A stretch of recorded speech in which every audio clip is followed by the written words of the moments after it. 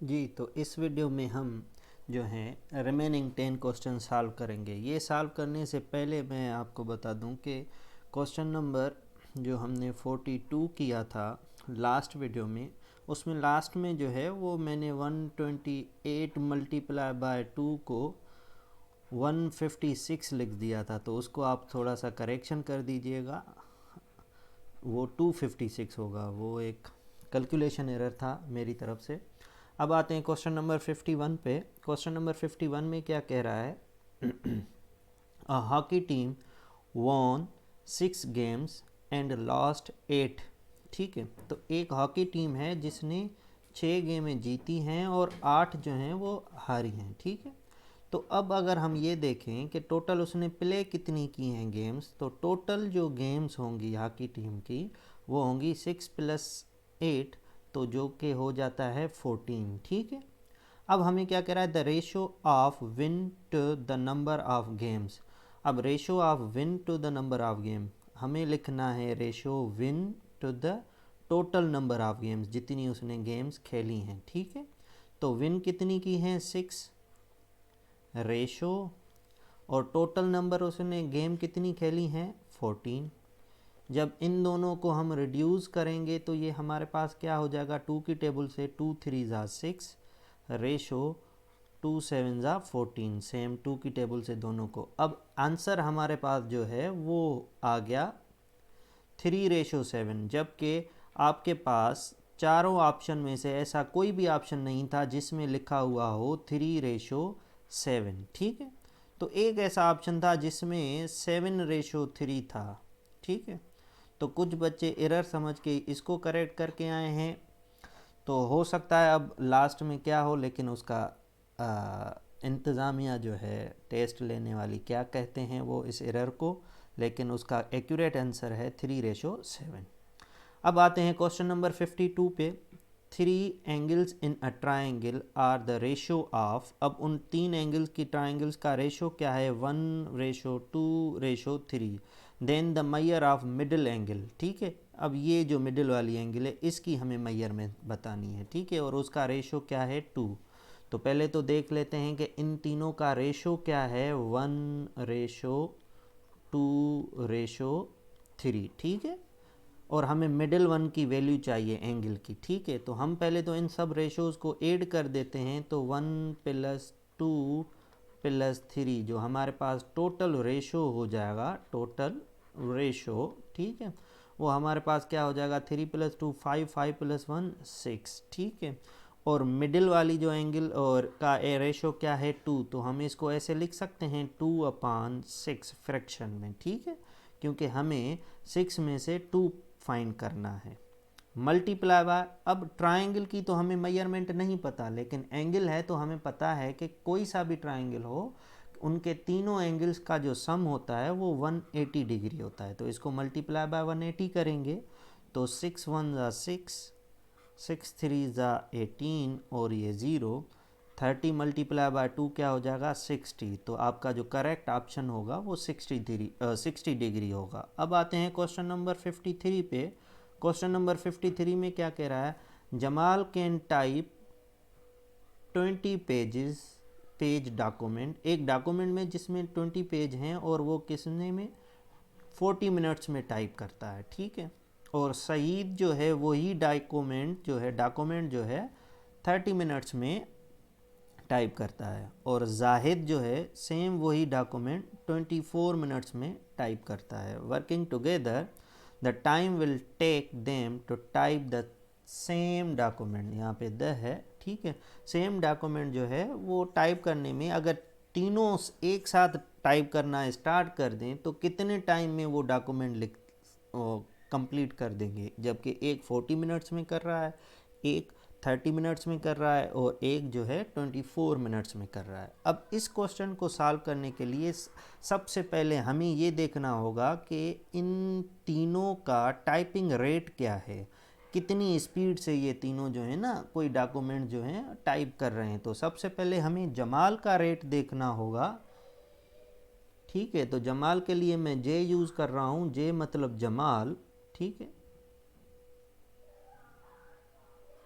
ठीक है, जमाल्स रेट हमें देखना होगा कि जमाल का रेट क्या है टाइप करने का। भाई जमाल जो है वो 20 मिनट्स का 20 पेजेस का डॉक्यूमेंट 40 में कर देता है, 40 मिनट्स में टाइप कर देता है। तो इसका रेट क्या होगा, 0 0 में कैंसिल, 2 1 ज़ा 2, 2 2 ज़ा 4, तो हमें रेट इसका मिल गया 1/2। सेम इसी तरीके से हमें सईद का रेट फाइंड करना है, तो सईद, ठीक है, रेट। अब सईद जो है सेम डॉक्यूमेंट 20 पेजेस वाला 30 मिनट्स में टाइप कर देता है, ठीक है। तो हमारे पास इसका रेट क्या हो गया, 2/3। अब हमें जो है वो जाहिद का रेट देखना होगा कि भाई जाहिद रेट हमारे पास क्या है, ठीक है। तो जाहिद जो है सेम डॉक्यूमेंट जो है वो 24 मिनट्स में टाइप कर देता है, तो 20/24। अब इन दोनों को रिड्यूस करेंगे किसी सेम टेबल से, तो दोनों पे कौन सी टेबल जा रही है, 4 5 ज़ा 20 और 4 6 ज़ा 24, तो 5/6, ठीक है। अब अगर मैं कहूँ कि इन तीनों के रेट्स को मैं ऐड कर दूँ तो मुझे कंबाइन पता लगे कि इनकी स्पीड क्या है। अगर तीनों एक साथ जो टाइप करें तो इन तीनों की कंबाइन स्पीड क्या होगी, कितने पेजेस जो हैं वो टाइप कर सकेंगे। तो हम क्या करेंगे भाई, 1/2 प्लस 2/3, ठीक है, प्लस 5/6। हाँ, ये बात याद रखना। अब ये जो हम रेट फाइंड कर रहे हैं कंबाइन इनका, ये रेट पर मिनट है क्योंकि हमने इनका रेट पर मिनट फाइंड किया है। 1/2 रेट पर पेजेस पर मिनट, 2/3 पेजेस पर मिनट और 5/6 पेजेस पर मिनट, ठीक है। ये हमें इनका रेट मिल गया। तो अब हमें टोटल रेट जो है हम फाइंड कर रहे हैं कि तीनों अगर एक साथ बैठें तो 1 मिनट में ये कितने पेजेस टाइप कर सकते हैं। तो हम ऐड करेंगे, एलसीएम लेंगे, 6 होगा, ठीक है। 2 की टेबल 6 पे 3 टाइम, तो 3 1 ज़ा 3, प्लस 3 की टेबल 6 पे 2 टाइम, तो 2 2 ज़ा 4, प्लस 6 की टेबल 6 पे 1 टाइम, तो 1 5 ज़ा 5। तो टोटल हमारे पास क्या हो गया, 5 + 4 9, 9 + 3 12/6, जिसको हम रिड्यूस करेंगे तो हमारे पास क्या हो गया, 2 पेजेस, ठीक है,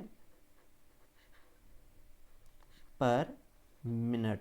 ये इन तीनों का कंबाइन रेट हो गया कि वो तीनों 2 पेजेस 1 मिनट में कैलकुलेट कर सकते हैं, ठीक है। तो टोटल डॉक्यूमेंट कितने पेजेस का था, 20 पेजेस का। तो इसका मतलब अगर वो मल्टीप्लाई बाय 2 पेजेस पर मिनट काम कर रहे हैं और 10 मिनट तक काम करेंगे तो वो 20 पेजेस जो हैं वो लिख लेंगे। तो इसका आंसर कितना था, 10 मिनट्स, ठीक है।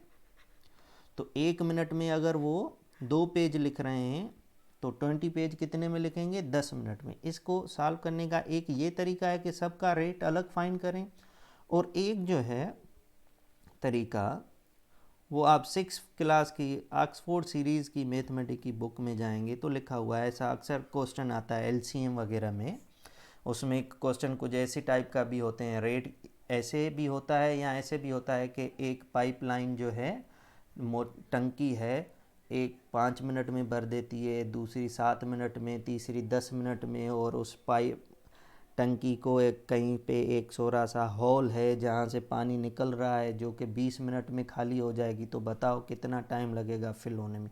ऐसे टाइप के क्वेश्चन। तो सेम उसमें हम फिर कैसे होता है कि कंसीडर किया जाता है 1/40 वही रेट प्लस 1/ दूसरे का 20 था प्लस 1/ तीसरे का क्या था 24 इज इक्वल टू एक काम कर रहे हैं, ठीक है। ऐसे वो कैलकुलेट होता है। इनका आप एलसीएम निकालेंगे, जो भी एलसीएम होगा मल्टीप्लाई करके आप x की वैल्यू फाइंड करेंगे तो आपको मिल जाएगी x का आंसर 10। लेकिन इस पे हम मज़ीद नहीं जा रहे, हमारा काम था क्वेश्चन सॉल्व करना, वो एक टाइप पे हो गया, मैंने दूसरा तरीका आपको बता दिया, ठीक है। अब आते हैं क्वेश्चन नंबर 2 पे, और क्वेश्चन नंबर 54 पे। इसमें क्या कह रहा है, the perimeter of the rectangular field is 400 feet. मतलब एक ऐसे रेक्टेंगुलर फील्ड है, ठीक है, जिसका पेरीमीटर, अब पेरीमीटर किसको कहते हैं, मतलब उसके चारों साइडों की लेंथ को अगर प्लस किया जाए, ये लेंथ चारों साइडों की लेंथ को, ये जितनी है, ये है, ये है, ये है, सबको प्लस किया जाए तो जो आंसर आता है उसको हम पेरीमीटर कहते हैं। ठीक है, अब वो पेरीमीटर जो है वो 400 है। सपोज मैं यहाँ पे लिख देता हूँ 400। अब क्या कह रहा है, the length is 20 feet more than twice the width, जो उसकी विर्थ होगी उससे लेंथ 20 फीट मोर है। तो अब हमें क्या करना है, the dimension of the rectangle, हमें रेक्टेंगल के डायमेंशंस बताने हैं। तो अब हम क्या करेंगे, कह रहा है कि length 20 feets more than the width, तो हम कंसिडर करते हैं कि विर्थ जो है वो x है। अगर विर्थ x है तो विर्थ से जो लेंथ है वो क्या है, 20 फीट्स मोर है, लेकिन क्या, देन ट्वाइस द विर्थ, विर्थ के ट्वाइस से मतलब डबल से, 2x मतलब डबल से, लेंथ कितना है 20 फीट्स मोर है तो +20। तो हमें ये लेंथ मिल गई और ये विर्थ मिल गई। अब पेरीमीटर का हमारे पास फार्मूला क्या है, 2 टाइम लेंथ, क्योंकि एक लेंथ ये एक लेंथ ये, तो 2 टाइम लेंथ प्लस 2 टाइम विर्थ, मतलब एक विर्थ ये और एक विर्थ ये। अब हमारे पास हम जो लेंथ और विर्थ की हमने वैल्यूज़ फाइंड करी हैं वो इधर पुट करें, और पेरीमीटर भी हमें पता है 400, तो हम यहाँ पे रखेंगे 400 इज इक्वल टू 2, लेंथ हमारे पास क्या है 2x प्लस 20 प्लस 2, विर्थ हमारे पास क्या है x। ठीक है, तो हम इनको जब सिंप्लीफाई करेंगे तो हमारे पास क्या हो जाएगा, 2 2 ज़ा 4, 4x, 2 20 ज़ा 40 प्लस 2 इंटू एक्स 2x। ठीक है, और ये क्या हो जाएगा 400, 40 प्लस है यहाँ पे लेके आएंगे तो माइनस, तो 400 minus 40 is equal to 4x plus 2x क्या हो जाएगा 6x। ठीक है, अब मज़ीद जब इसको हम सिंप्लीफाई करने आएंगे तो 400 में 40 जाएगा तो क्या हो जाएगा 360 इज इक्वल टू 6x। हमें x की वैल्यू चाहिए, 6 इधर लेके आएंगे तो 360 divided by 6 is equal to x। 6 1 ज़ा 6, 6 6 ज़ा 36 और ये 0, then x is equal to 60। ठीक है, तो हमें विर्थ मिल गई 60। अगर विर्थ हमारे पास 60 है, ठीक है, तो अब हमें ये देखना होगा कि लेंथ कितनी है। तो हम क्या करेंगे, x की जगह पे 60 रखेंगे, तो भाई 2x की जगह पे रखो 60 प्लस 20। ठीक है, तो हमारे पास क्या हो जाएगा 120, 2 इंटू 60 क्या हो जाएगा 120 प्लस 120 प्लस ये 20, तो टोटल हमारे पास क्या हो जाएगा 140। अब ये 140 हो गई लेंथ और 60 हो गई विर्थ। ठीक है, तो हमारे पास एक शायद ऑप्शन था 60 मल्टीप्लाई बाय 140 या 140 मल्टीप्लाई बाय 60, जो भी ऑप्शन आप करें उनमें से। ठीक है, मतलब एक ही ऑप्शन था, या तो 60 मल्टीप्लाई 140 लिखा हुआ होगा या 140 मल्टीप्लाई बाय 60। ठीक है, अब आते हैं क्वेश्चन नंबर 55 पे। क्वेश्चन नंबर 55 में क्या कह रहा है, if 14 kg trumps cost 441 rupees, ठीक है, द कास्ट ऑफ 20 kg। अब कोई चीज़ जो है हमें 14 kg 441 में मिल रही है, तो 20 kg 22 kg कितने का मिलेगा। ठीक है, तो इसके लिए हम क्या करेंगे, पहले तो हम ये देखेंगे कि 1 kg कितने का मिलेगा। तो उसके लिए क्या करेंगे, जो टोटल प्राइस है उसको डिवाइड कर दो कास्ट से, और कास्ट क्या है 140। तो यहाँ से जो भी जवाब मिलेगा वो 1 किलोग्राम का होगा, और हमें कितने चाहिए 22 kg, तो उसको मल्टीप्लाई कर दें आप 22 से। ठीक है, अब इसको आप सिंपलीफाई करें, जो आंसर होगा वो हमारे पास 22 kg का रिजल्ट होगा। 2 की टेबल से रिड्यूस करते हैं तो 2 7 ज़ा 14 और 2 1 ज़ा 2, 2 1 ज़ा 2। ठीक है, अब 7 देखें ऊपर इस नंबर को डिवाइड करता है, 7 6 ज़ा 42, अगर 7 6 ज़ा हम 42 करें तो 2 बचेगा 21, 7 3 ज़ा 21। ठीक है, तो ये रिड्यूस हो गया। अब 11 मल्टीप्लाई बाय 63, तो 11 इंटू 3 33, 3 ऊपर 3 चला जाएगा, ठीक है। 11 मल्टीप्लाई बाय 66, तो 11 मल्टीप्लाई बाय 6 तो 66, 66 प्लस 3 क्या हो जाएगा 69, तो 693 जो है वो रुपीज़ कॉस्ट होगी उसकी। अब हम आते हैं क्वेश्चन नंबर 56 पे। A and be together have 1210 rupees. इसका मतलब है कि ए प्लस बी इन दोनों के पास जो अमाउंट है वो क्या है 1210 रुपीज़ है। अब आगे क्या कह रहा है, if 4/15 of A amount is equal to 2/5 of B amount. मतलब ए के अमाउंट का 4/15 निकालते हैं तो वो सेम टू सेम इक्वल बनता है 2/15 ऑफ बी के अमाउंट का, ठीक है। अब इसको कैसे लिखें, इसको हम ऐसे लिख सकते हैं कि 4/15 ऑफ ए मतलब मल्टीप्लाई बाय ए, ठीक है। इसका जो भी रिज़ल्ट होगा वो बराबर होगा 2/5 ऑफ बी मतलब मल्टीप्लाई बाय बी। क्लियर है। अब इसको सिंप्लीफाई करते हैं, थोड़ा सा ये फ्रैक्शन ख़त्म करते हैं। तो ये 5 इधर डिवाइड कर रहा है इधर जाएगा मल्टीप्लाई, 15 इधर डिवाइड कर रहा है इधर जाएगा मल्टीप्लाई, ये जो क्रॉस मल्टीप्लाई हम कहते हैं जिसको। तो ये क्या हो जाएगा 5 4 ज़ा 20a इज इक्वल टू, ठीक है। और 15 मल्टीप्लाई बाय 2 तो क्या हो जाएगा 30b, ठीक है। अब हमें क्या करना है, b है, हमें b फाइंड करना है।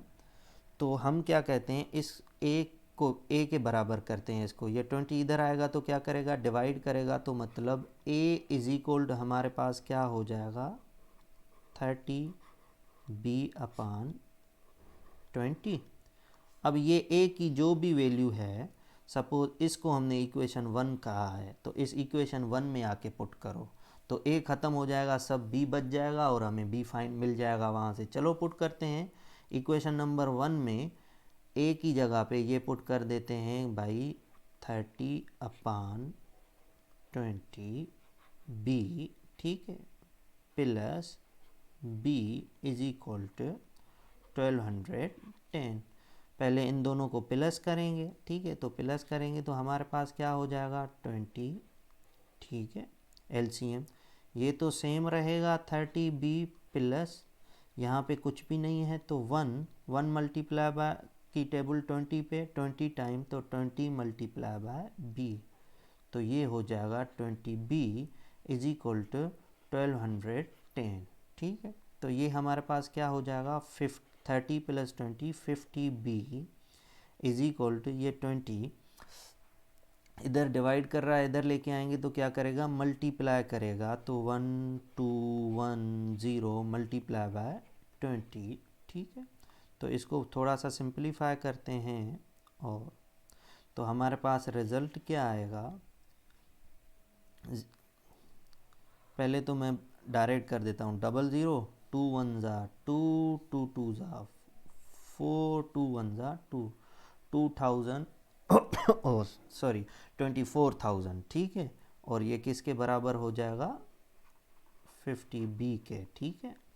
तो अब 50 यहाँ पे मल्टीप्लाई कर रहा है इधर लेके आएंगे तो डिवाइड करेगा तो b is equal to 24,200 divided by 50।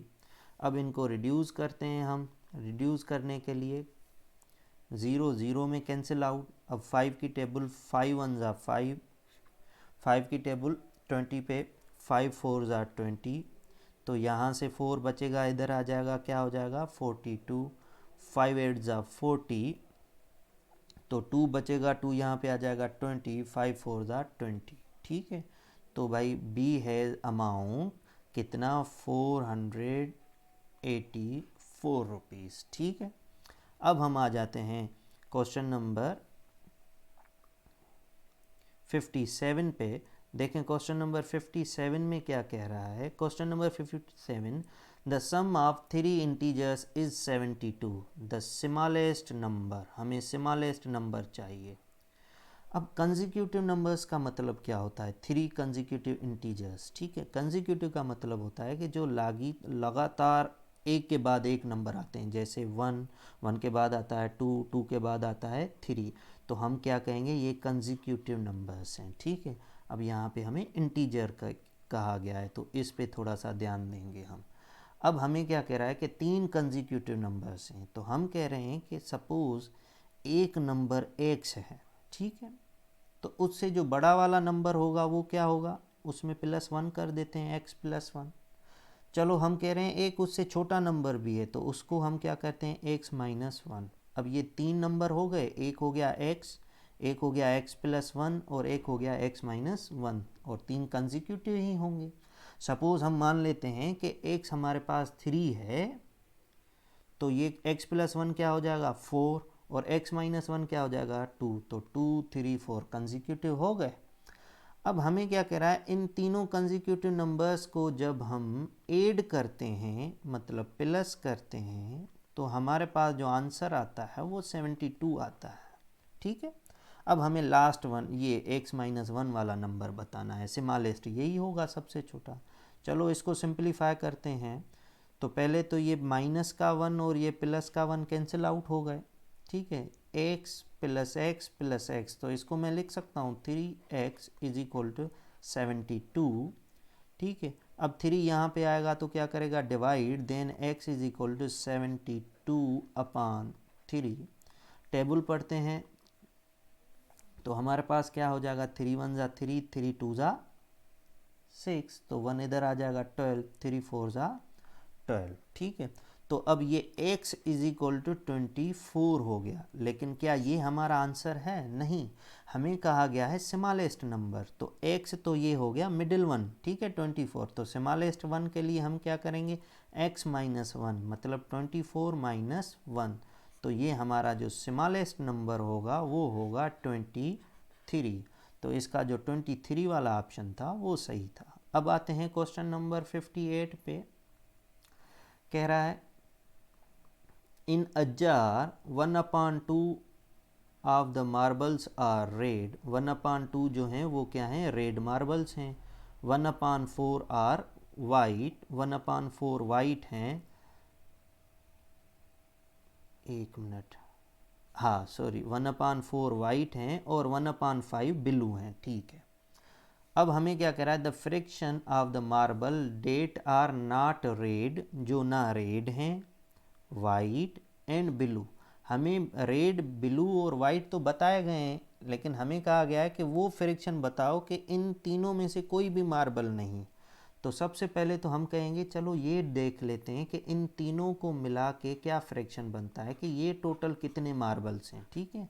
तो हम इन तीनों को ऐड करेंगे, 1/2 रेड मार्बल्स प्लस 1/4 जो है हमारे पास वाइट मार्बल्स प्लस 1/5 हमारे पास जो हैं ब्लू मार्बल्स, इनको जब हम ऐड करेंगे तो हमारे पास जो एलसीएम निकलेगा, क्या निकलेगा, एलसीएम इन दोनों तीनों का हमारे पास आएगा 20, 2 की टेबल 20 पे 10 टाइम, तो मल्टीप्लाई बाय 10, तो ये क्या हो जाएगा 10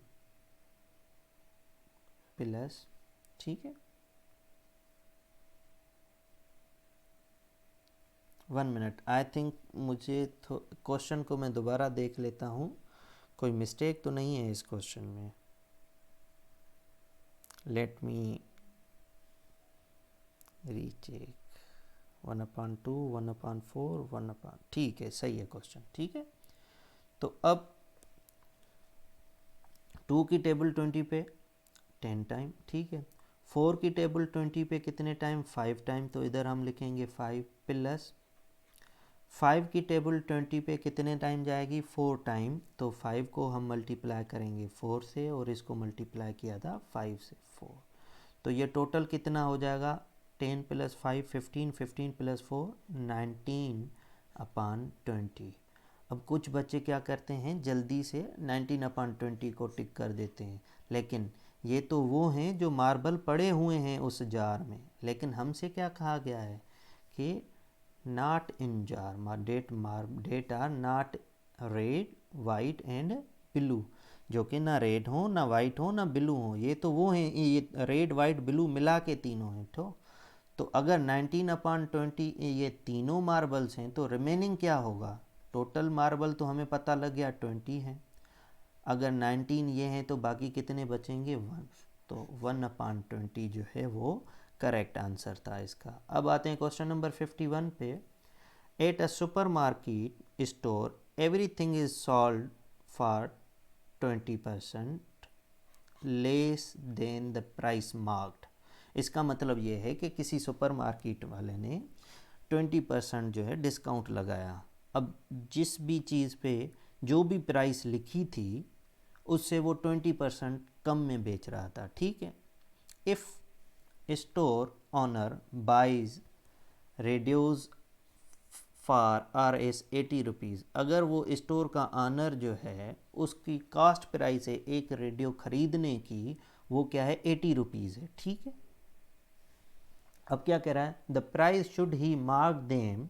अब वो उस ₹80 वाली चीज़ के ऊपर कितनी प्राइस रखे if he wants to make 20% profit, जबकि वो उस पर 20% प्रॉफिट कमाना भी चाहता है। मतलब ये कि वो चाह रहा है कि जितने पैसे में उसको कोई चीज़ मिली है अब उसके ऊपर वो प्राइस नहीं लगाएगा टैग।